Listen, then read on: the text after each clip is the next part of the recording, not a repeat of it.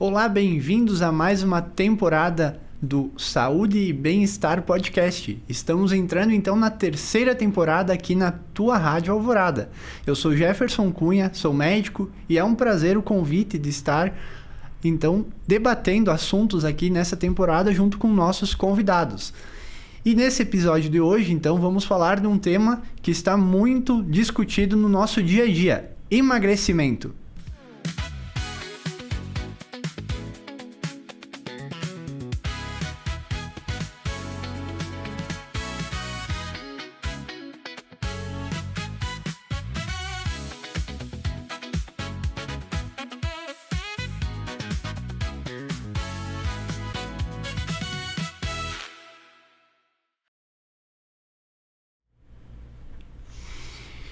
Então, para falarmos hoje sobre emagrecimento, nada melhor do que trazermos quem entende muito no assunto, né, no que tange a alimentação, né, que faz parte fundamental nesse dia a dia, que é a Júlia Rigo, nutricionista. Bem-vinda, Júlia. Obrigado pelo convite. Muito obrigada, Dr. Jefferson. É um prazer estar aqui conversando contigo, conversando com a Tamires também. É muito bom sempre essa troca entre profissionais, né, para a gente tratar desses assuntos tão relevantes. E também, né, o que nós muitas vezes temos que conversar, né, é a questão do que envolve a nossa questão psicológica no nosso dia a dia, na questão dessa mudança para tentar buscar emagrecimento. Então, agradeço também por ter aceito o nosso convite, a Tamires Triques, que é psicóloga. Prazer por estar aqui conosco, Tamires. O prazer é todo meu, Dr. Jefferson. Bom dia, Júlia. Agradeço muito pelo convite de estar aqui hoje e podendo falar um pouquinho, trazer esse assunto que é tão polêmico nos dias de hoje, né? Então, essa troca vai ser uma experiência bem bacana aqui hoje. E não podemos deixar, então, de agradecer inicialmente aos nossos patrocinadores que estão apoiando essa nossa terceira temporada do podcast, que é o HCR, Hospital Cristo Redentor, a Imunize Clínica de Vacinas, a Solucione Móveis, a Ticiane Laboratórios, o Dr. Rodrigo Balotin, Urologia, o Dr. Pedro Bittencourt, Cardiologia, a Deliciar Alimentos e a GSB Áudio e Vídeo. E então, gostaria de, inicialmente, agradecer o convite e entregar um presente da tua rádio aqui com um mimo da Deliciar para nossas convidadas.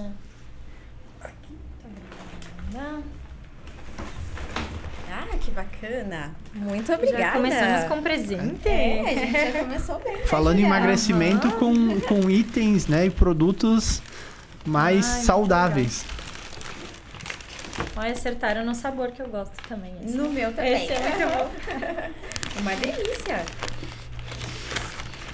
Então, hoje vamos falar um pouquinho sobre emagrecimento, né? Eu acho que hoje está em alta, né? Falando muito na questão das canetinhas, falando de perder peso, né? Tá muito na moda, todo mundo querendo entrar ali na questão da balança no peso ideal.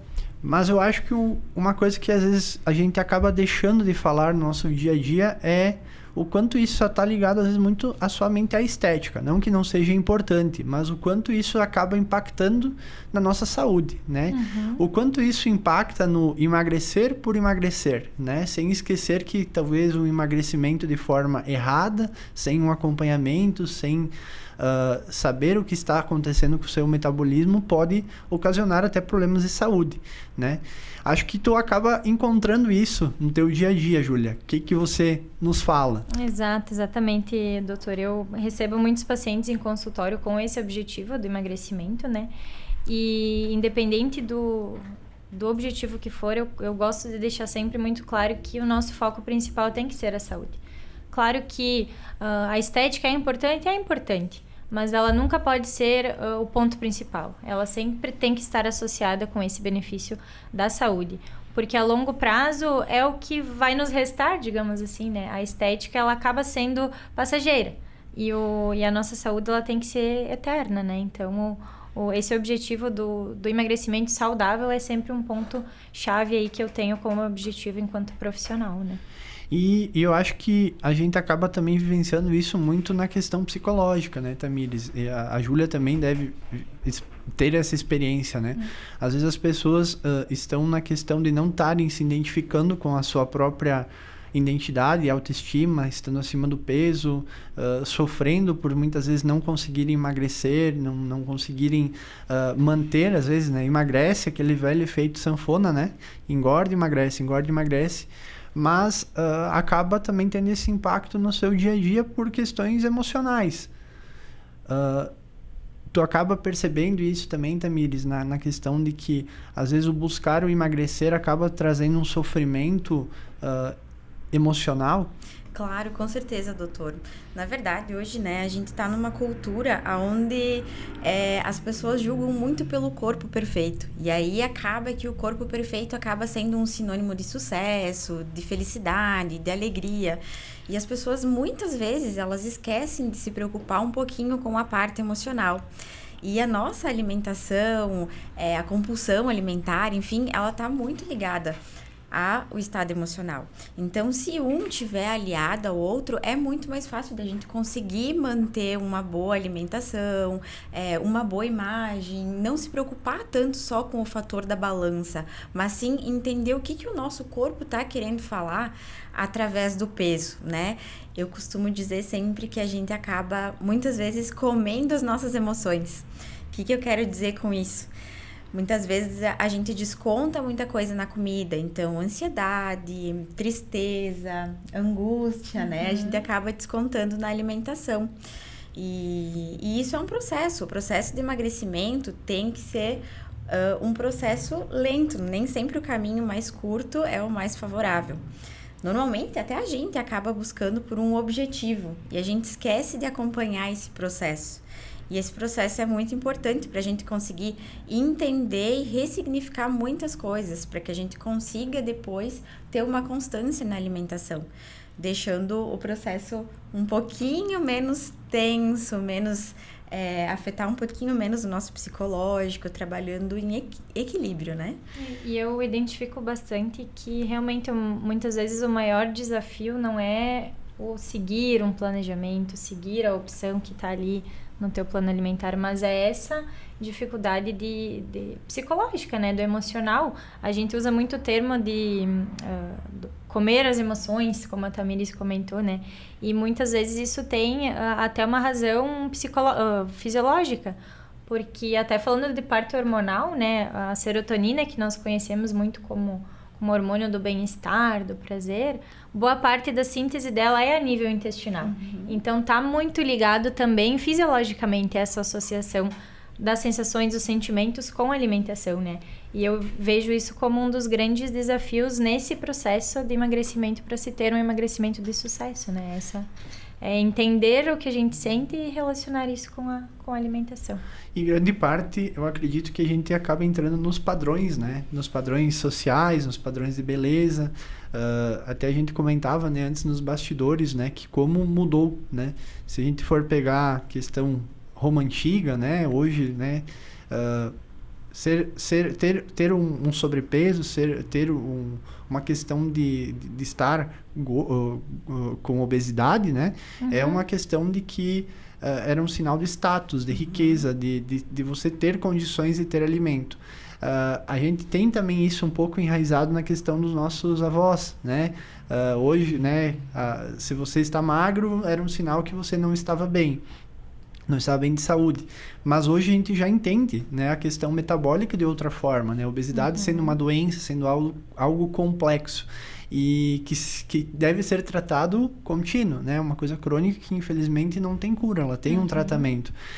Como que vocês veem isso na questão de influência das redes sociais, né? Porque mudaram os padrões e isso também vem influenciando, tanto na questão dos hábitos alimentares, né?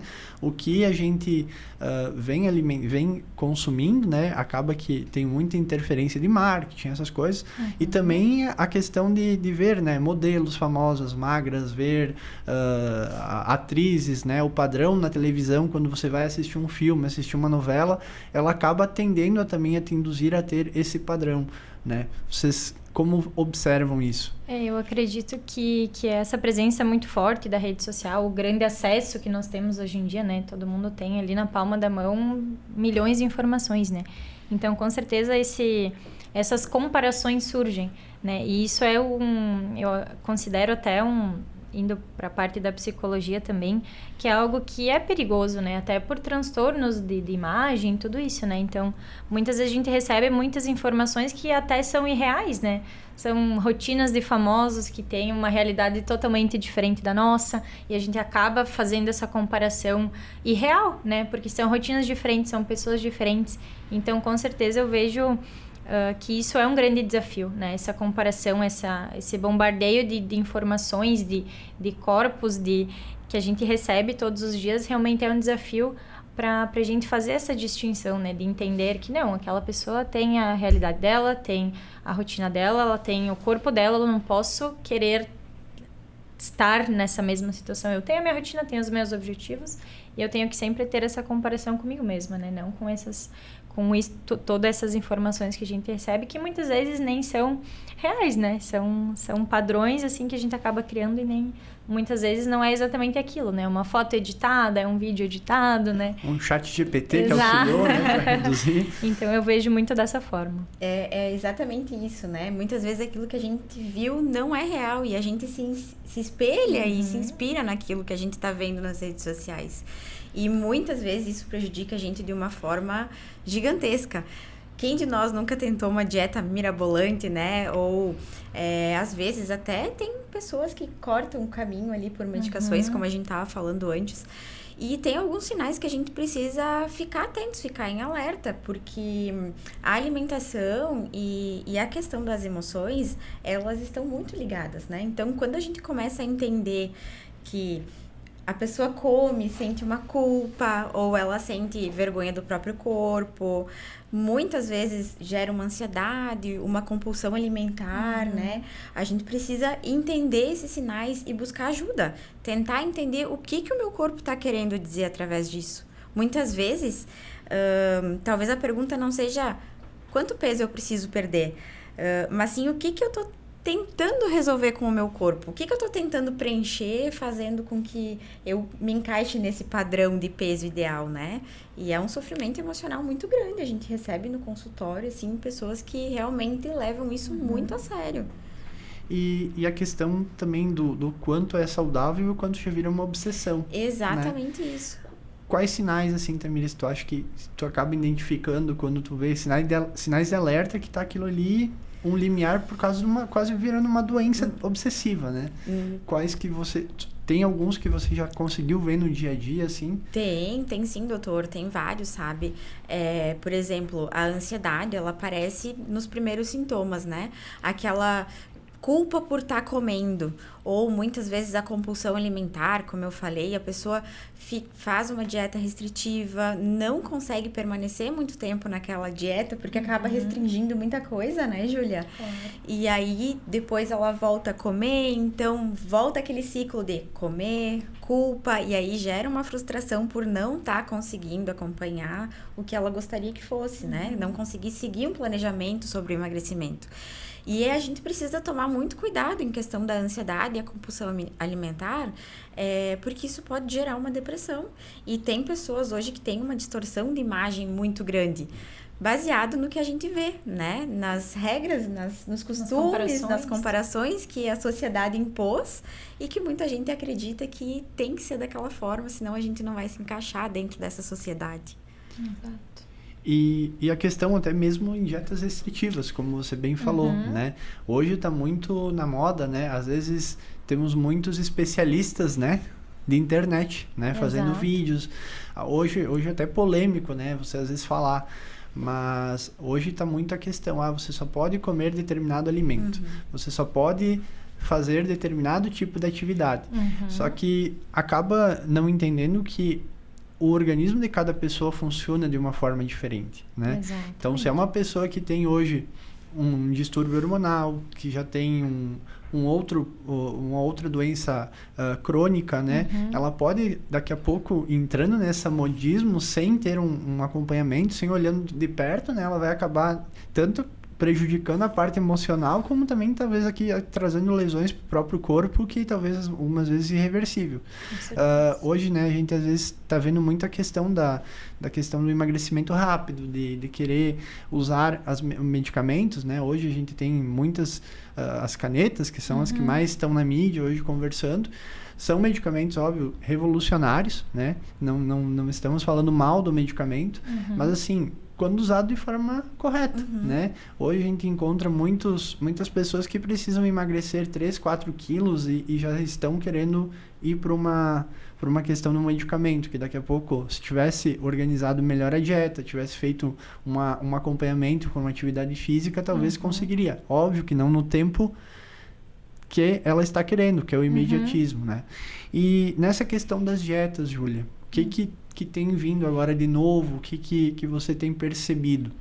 Eu acho que essa questão das medicações, bem como tu falou, né, doutora, elas são bem-vindas, né, quando bem acompanhadas, quando bem orientadas, né, em casos realmente que se tem necessidade, né, elas são um tratamento revolucionário, mas que a gente nunca pode deixar de lado a questão alimentar, de todo um contexto. E eu acho que o maior desafio enquanto profissionais nutricionistas é colocar, expor sempre para o paciente, para quem a gente estiver falando, que a gente não pode colocar os alimentos nessas caixinhas e, eu não posso consumir.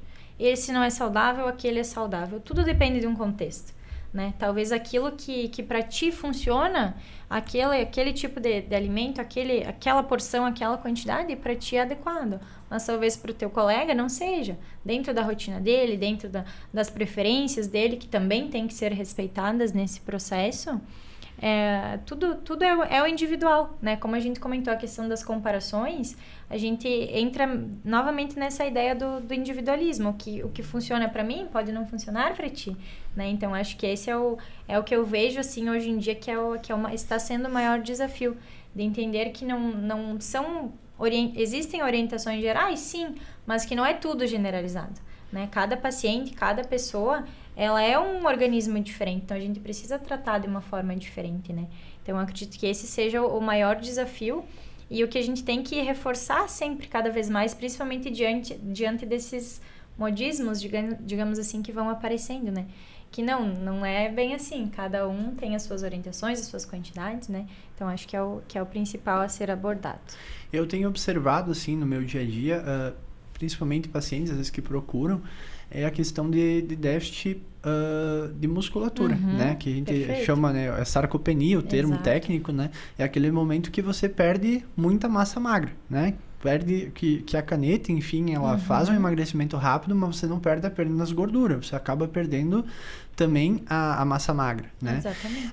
Tu tem observado, além da sarcopenia, algum outro déficit, assim, mais relevante? Claro que a gente sempre precisa ficar atento também na questão, principalmente de vitaminas, né? E principalmente quando isso já aparece não só no exame, mas também em sinais físicos, né? Queda de cabelo, unhas enfraquecidas, baixa disposição. Então, tudo isso pode estar associado com essa questão vitamínica, né? Então, acho que são os dois principais sinais, assim, que a gente tem que estar atento, principalmente diante, não só nos casos do uso das canetas, das medicações, mas de qualquer emagrecimento abrupto, né? São os dois principais sinais que nós temos que estar atentos nessa questão da perda muscular, que a longo prazo não é algo positivo, né? A gente sabe que... Eu costumo dizer que o músculo ele é a tua poupança para o envelhecimento, né? É a armadura. Exato. Então, a gente sempre tem que trabalhar para preservar o máximo possível de musculatura no processo de emagrecimento. E essa questão de vitaminas, né? Que muitas vezes, justamente até pela falta da alimentação, né? A gente acaba restringindo determinados grupos alimentares que são importantes, né? Então, tudo tem que estar na dose correta para que funcione no emagrecimento e mantenha os níveis adequados de todos os nutrientes. Hoje, uma dieta saudável, assim, né? Quanto mais ou menos de proteína por dia? Óbvio que é individualizado, não é tão... Exato. É uma média, né? Hoje a gente já fala, até com base nas atualizações, nas novas diretrizes americanas, que também foi uma uma polêmica que surgiu nesse início de ano, a gente fala de gramas por quilo de peso, normalmente, né? Então, eu costumo trabalhar na faixa de 1,2 numa média e acima disso em determinados casos, né? Então, normalmente fica dentro dessa faixa de recomendação. E a questão de quem está usando, assim, esse tipo de medicamento, acaba tendo alguma recomendação de aumentar esse aporte, né? Porque, que nem a gente comentou, vai depredar, vai perder, né? Exato. Infelizmente, não existe ainda hoje uma específica que faça perder apenas gordura. Exato. Tem alguma recomendação na parte nutricional? Até no próprio processo de emagrecimento, sem o auxílio desse tipo de medicação, é comum se ter uma perda muscular, porque o corpo, né, retira os estoques de onde ele tem, né? Então, vai retirar da gordura, mas também da parte muscular. De recomendações, a gente costuma utilizar uma quantidade um pouquinho acima, de 1,2 a 1,4, daí nesses casos de uso de medicação. E Tamires, como é que tá a questão dos pacientes buscando, que estão usando esse tipo de medicamento? Tá percebendo aumento de ansiedade, de outras coisas, de sintomas, assim? Porque a gente sabe que acaba, como vocês falaram, as emoções, né, vão aflorando lá na alimentação, né? Então, às vezes, pelo próprio uso do medicamento, acaba reduzindo aí a ingesta de alimentos e acaba, às vezes, descontando a ansiedade em outras coisas. É isso na tua realidade? É isso que vem acontecendo? Sim, doutor, é isso mesmo que vem acontecendo. Cada vez mais eu recebo pacientes que estão fazendo uso de medicamentos, né? Como a gente estava falando sobre a caneta, né? Principalmente sobre a caneta. Então, é essa questão de, às vezes, querer perder pouco peso, 2, 3 quilos, e optarem por esse caminho que é mais fácil. E aí, o que acontece? Acontece muito que hoje o emagrecimento, ele deixou de ser um emagrecimento de forma saudável. Ele está mais ligado a um sofrimento psicológico, vamos falar assim. Porque a pessoa, ela acaba sofrendo muito quando ela não consegue atingir esse objetivo. E por isso que eu falo tanto que a gente precisa alinhar o nosso psicológico com a nossa questão da alimentação, com a questão do emagrecimento. O processo disso tudo é muito importante. A gente não consegue levar por muito tempo algo que a gente não alinhe. E o nosso corpo, ele precisa ser refúgio, ele precisa ser casa. Ele não pode ser um campo de batalha, né? E a gente acaba entrando numa briga grande ali com o nosso corpo por, às vezes, ter vergonha de como a gente tá. Por questões dos padrões, como a gente vinha falando, da ansiedade, de descontar muitas vezes na alimentação. Então, eu acho que as pessoas, elas precisam aprender a viver o processo. Não ir pelo caminho mais rápido. Quando elas aprenderem a viver esse processo, elas vão entender que o processo é importante, que a gente vai conseguir ressignificar de uma forma melhor, que a gente vai conseguir entender qual é a nossa relação com a alimentação e que a gente não precisa se encaixar nos padrões que a sociedade exige para se sentir bem, né? Mas assim, a procura por tratamento psicológico por conta dessa questão do emagrecimento, por conta de não estar contente com a forma física, tem afetado muito o psicológico e tem aumentado cada vez mais no consultório. E até a questão de que muitas vezes a busca, né, ela já só ocorre quando já está num ponto mais extremo, né? Às vezes a pessoa vai tentando administrar aquilo ali, mas não acha que tá precisando de ajuda, né? Às vezes é até alguém que tá junto e que diz, olha, você tá mais irritado, você tá tendo atitudes que você não tinha, e daí que às vezes é um sinal de alerta para buscar a ajuda, né? E isso que você disse é muito importante até para o pessoal entender, né? A questão do emagrecimento com medicamento, né? Porque se você usou de uma forma inadequada, você vai perder rapidinho ali aqueles quilos, mas não vai ser duradouro, né? Porque, como a gente falou, obesidade, ela é uma doença crônica, né? Então, esses medicamentos hoje não se tem ainda um tempo estimado mínimo de uso, né? Porque se a gente for considerar, exemplo, uma pressão alta, um diabetes, que também são doenças crônicas, você inicia hoje o tratamento, você vai tratar, a vida toda.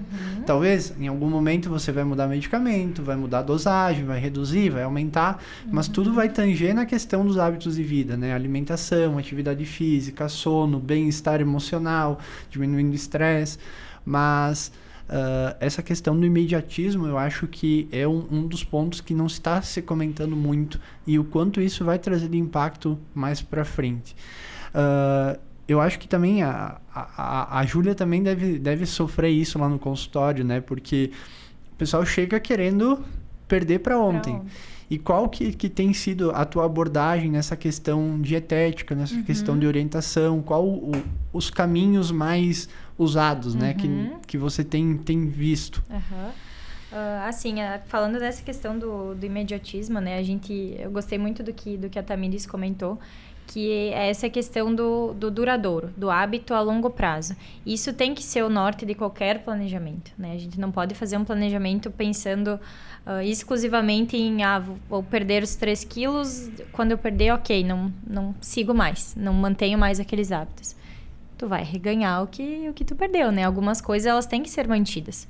Então, por isso que é importante sempre esse foco no longo prazo. Então, eu costumo frisar muito que o emagrecimento, até se a gente analisar estudos a fundo, quando a gente fala de um sucesso no processo de emagrecimento, são perdas aos poucos, né? A gente fala aí em 500 gramas, 1 quilo por semana do emagrecimento natural, sem uso de nenhum tipo de medicação.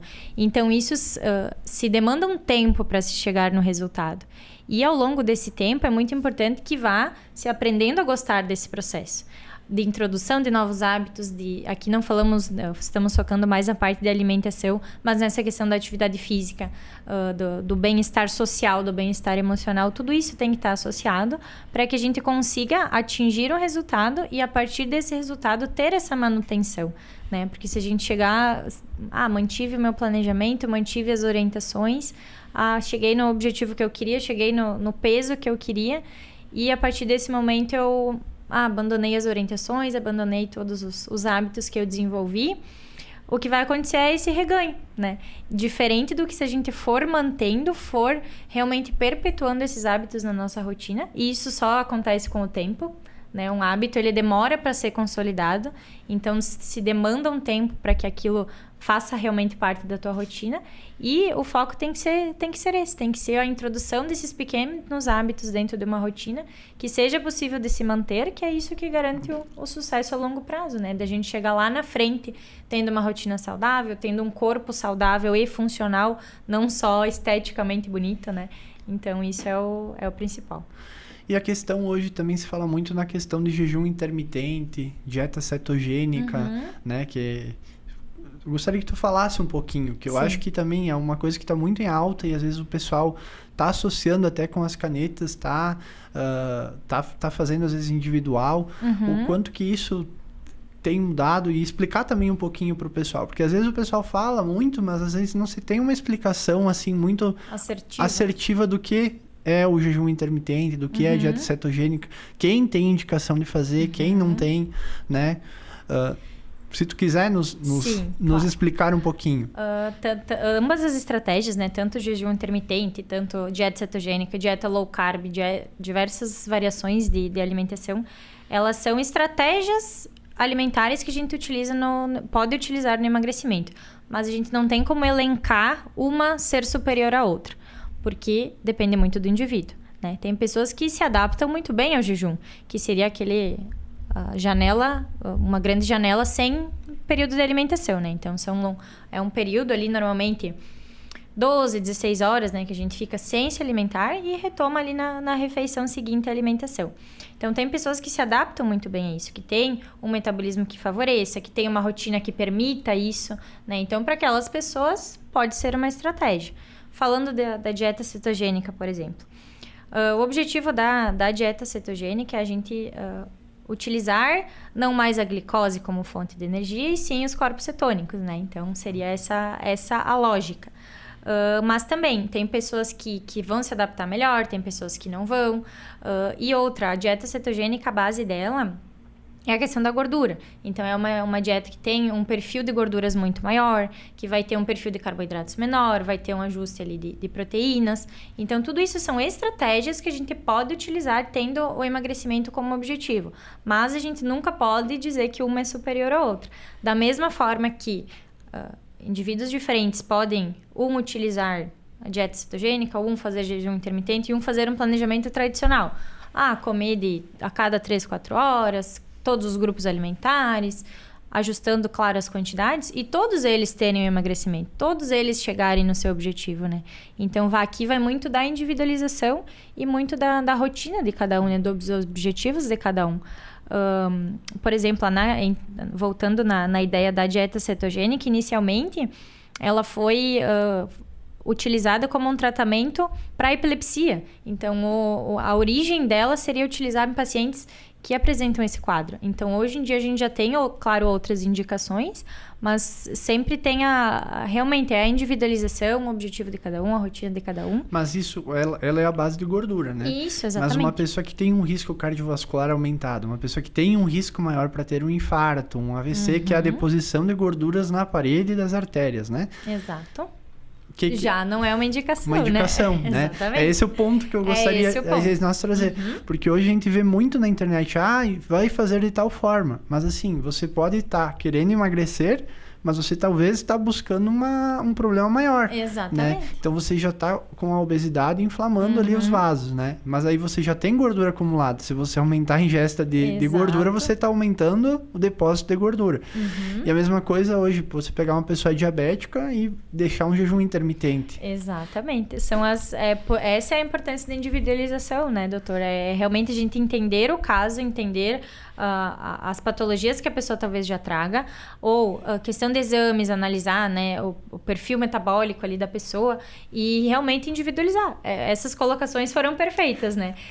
São exemplos bem práticos de que a gente não pode generalizar tudo na nutrição. Muito pelo contrário. É algo totalmente individualizado para cada um. Então não existe fórmula mágica, né? Não existe o roteiro mágico, infelizmente, às vezes é ilusão e às vezes é o risco de você estar entrando vamos falar uma palavra bem, cilada, né? Exatamente, exatamente. E às vezes até acontece, às vezes até com pacientes que fazem cirurgias, né? Hoje existe a cirurgia metabólica, que é a bariátrica, né? Que também é muito difundida, né? Óbvio, tem critérios, muito mais critérios hoje, uma cirurgia bariátrica, às vezes, do que do próprio uso de medicamentos, né? Hoje, a questão de comorbidades, né? Diabetes, pressão alta, hipertensão, obesidade, assim, estratificada, né? Que hoje a gente tem o IMC, né? Que é uma escala para estratificar. Mas a gente acaba vendo também que as pessoas, elas acabam depois depositando esses hábitos em outras coisas, né? Ela tinha o hábito de comer ali, né? Depositar aquela angústia dela na comida. Mas depois acaba, às vezes, em alguns casos, se não tem um acompanhamento, revertendo, né? Acaba virando um alcoolismo, acaba virando dependência de outras entorpecentes, outras drogas, né, Tamires? Exatamente. O que acontece, né, doutor? Por exemplo, na bariátrica, a gente sofre uma mudança muito brusca ali, enfim. Porém, se não tiver um acompanhamento psicológico, é muito complicado do indivíduo conseguir se manter no peso ideal. Porque o que acontece? O teu corpo mudou, mas a tua mente, ela vai continuar da mesma forma. Então, a vontade de comer, ela vai continuar igual. O desejo, ela vai continuar igual. Por isso que, muitas vezes, o correto é sempre fazer um acompanhamento psicológico, né? E também a gente fala muito sobre a fome física e a fome emocional, né? Que a gente tem a nossa fome, aquela fome que a gente precisa comer para nossa vida, para o nosso dia a dia, para o nosso sustento ali básico, mas também entra na questão da fome emocional. E muitas vezes a gente tá comendo só por fome emocional mesmo, né? Que é a questão do descontar no alimento, do comer. Eu costumo falar às vezes com alguns pacientes que tu nem sabe o que tu tá ingerindo, tu só tem aquela angústia, aquela agonia de estar comendo, e aí logo depois disso vem a culpa, e logo depois disso acaba vindo a frustração, e aí que complica.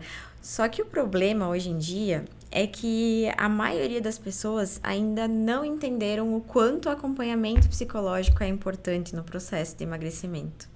E aí eles acabam buscando ajuda quando muitas vezes já ultrapassaram alguns limites. Então, a gente recebe muita gente no consultório, assim, com ansiedade, né? Como eu falei pra vocês.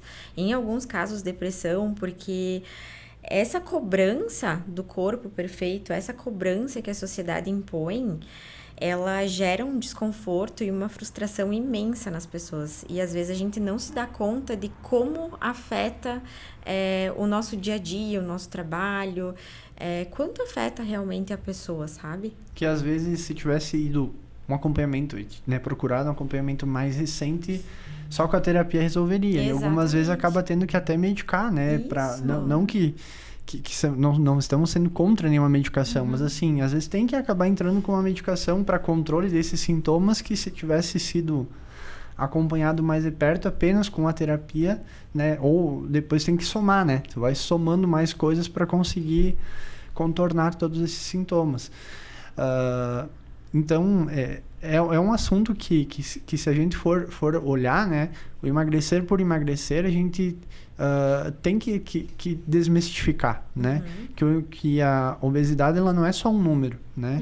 E que também, quando a gente entra com hábito saudável, a gente vai começar a ganhar peso também, porque a massa magra, ela ocupa menos volume. Mas aí, se você for numa balança, você vai ganhar mais peso, né? O númerozinho vai aumentar. Então, isso também é uma coisa que às vezes acaba que não é tão comentado. As pessoas têm esse menor entendimento. Até o uso da bioimpedância é algo importante nesse acompanhamento. Tu acaba usando, Júlia, bioimpedância? Como é que tá a rotina? Isso, a questão da avaliação, tanto pela bioimpedância quanto propriamente pela dobra cutânea, que é o que normalmente eu utilizo com mais frequência, a gente consegue realmente ter a real dimensão dessas frações. Musculatura, gordura, peso de balança total, a questão das circunferências também acaba sendo muito utilizado, principalmente casos de obesidade, de sobrepeso, mais acentuados, né? Então, realmente é muito importante a gente ter essa consciência, e isso vai muito também de, claro, buscar informação de qualidade, mas também dos profissionais sempre deixarem isso muito claro, né? Reforçarem sempre essa questão da saúde, de que não é só um número de balança, não é só um número da circunferência de cintura, não é só o aspecto visual do espelho que está mudando a roupa, que está ficando mais folgada, mais apertada. Tem todo o contexto por trás, né? Tem toda uma história familiar, tem todo o contexto social também, que, inclusive, escutando a fala da Tamiris, me veio muito na cabeça a questão do social também, né? Porque hoje a gente associa sempre muito a alimentação com o social. A gente vai comemorar alguma coisa, a gente vai jantar, a gente vai reunião de família sempre em volta da mesa. Então, isso são hábitos já consolidados e são heranças que a gente já traz. Heranças familiares, heranças da sociedade como um todo, né?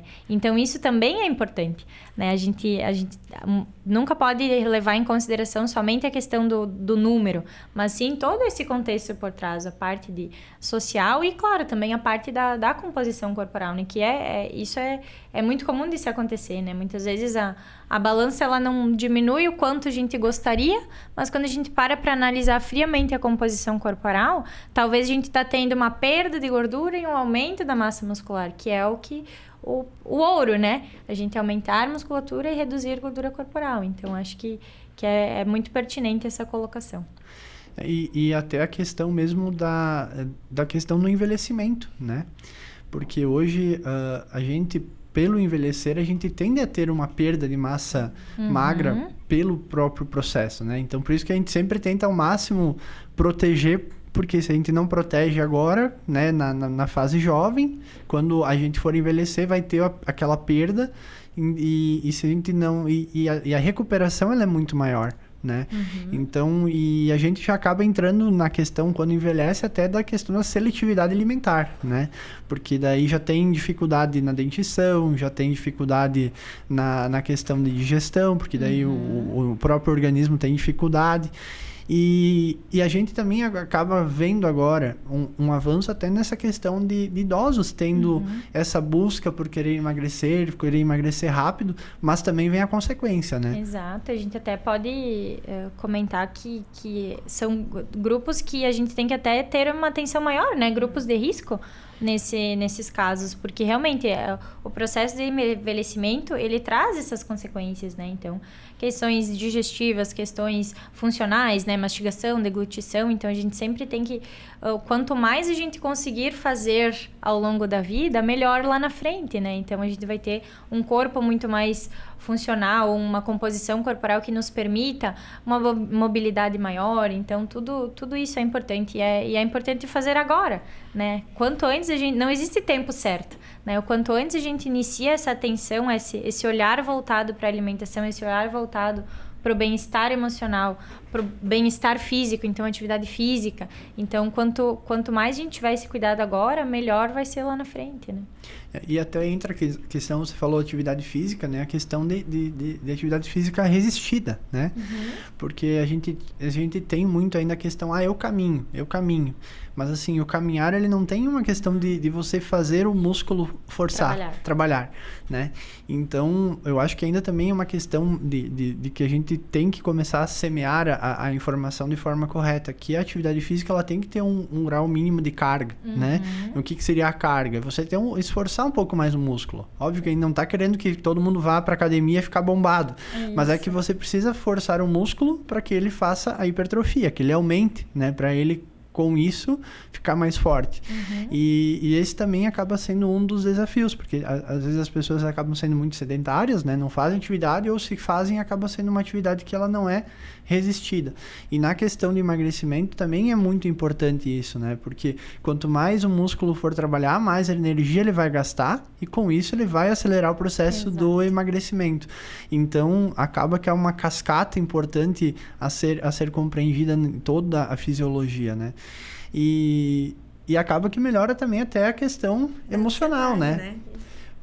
Porque se você faz uma atividade física, você acaba melhorando, né, Tamires? Exatamente, a atividade física é extremamente importante para ajudar em relação ao estresse, em relação ao nosso psicológico, é muito importante. E eu queria dizer também que o problema, na verdade, ele não é a comida, é o que a gente está tentando calar através disso, o que a gente está tentando esconder, sabe? Isso é muito importante, a gente precisa parar e pensar o que a comida nos diz, o que ela simboliza para nós. Que aí, no momento em que a gente entender isso, a parte psicológica fica muito mais fácil, né, de ser trabalhada. E às vezes a compulsão, ela tá escondendo, talvez, né, um estresse, talvez um problema pessoal, um problema familiar, um problema no trabalho, e acaba que desconta na comida uma válvula de escape, né? E às vezes a gente entra em dietas mirabolantes, e o ponto principal seria talvez voltar, né? Vamos brincar 2 casas e ver qual que é o ponto gatilho, né? E resolver isso, e vai resolver outro problema mais na frente. E então, cada vez mais a gente tem que entender isso, né? Que o emagrecer por emagrecer, ele pode gerar cada vez mais consequências, né? Então, um prazer recebê-las aqui no nosso podcast, né? Acho que foi muito enriquecedor. Não sei se vocês têm mais alguma mensagem que gostariam de nos repassar.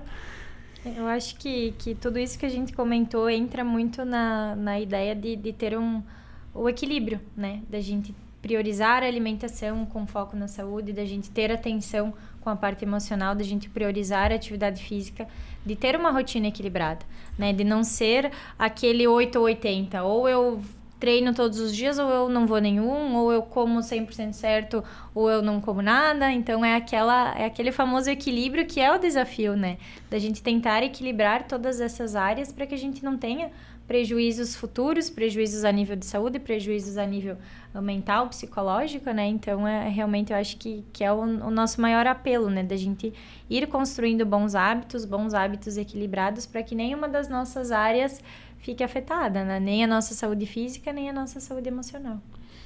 E também que as pessoas pensem que realmente essa questão do corpo ideal, da comida, ela tá muito relacionada ao emocional, sabe, doutora? Então, que quando elas vejam esses sinais de alerta, quando eles comecem a surgir, que eles procurem ajuda, né? Às vezes as pessoas acabam deixando o emocional muito lá para trás, acabam focando só no emagrecimento mesmo ali.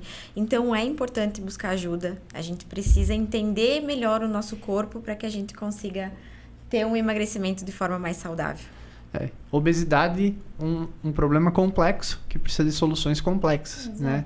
Então, não dá para se apegar em caminhos rápidos, porque às vezes o caminho rápido ele pode levar a mais consequências do que soluções para obesidade, né? Muito obrigado mais uma vez pelo convite, pelo terem aceito o nosso convite, e muito enriquecedor, né? Espero que o pessoal de casa que está nos ouvindo tenha gostado. E fiquem ligados que logo teremos na próxima semana mais um episódio do Saúde e Bem-Estar Podcast. E quero agradecer mais uma vez aos nossos patrocinadores, que é o Solucione Móveis, o HCR Hospital Cristo Redentor, Imunize Clínica de Vacinas, o Ticiane Laboratórios, Dr. Rodrigo Balotin Urologia, Dr. Pedro Bittencourt Cardiologista, a Deliciare Alimentos e a GSB Áudio e Vídeo.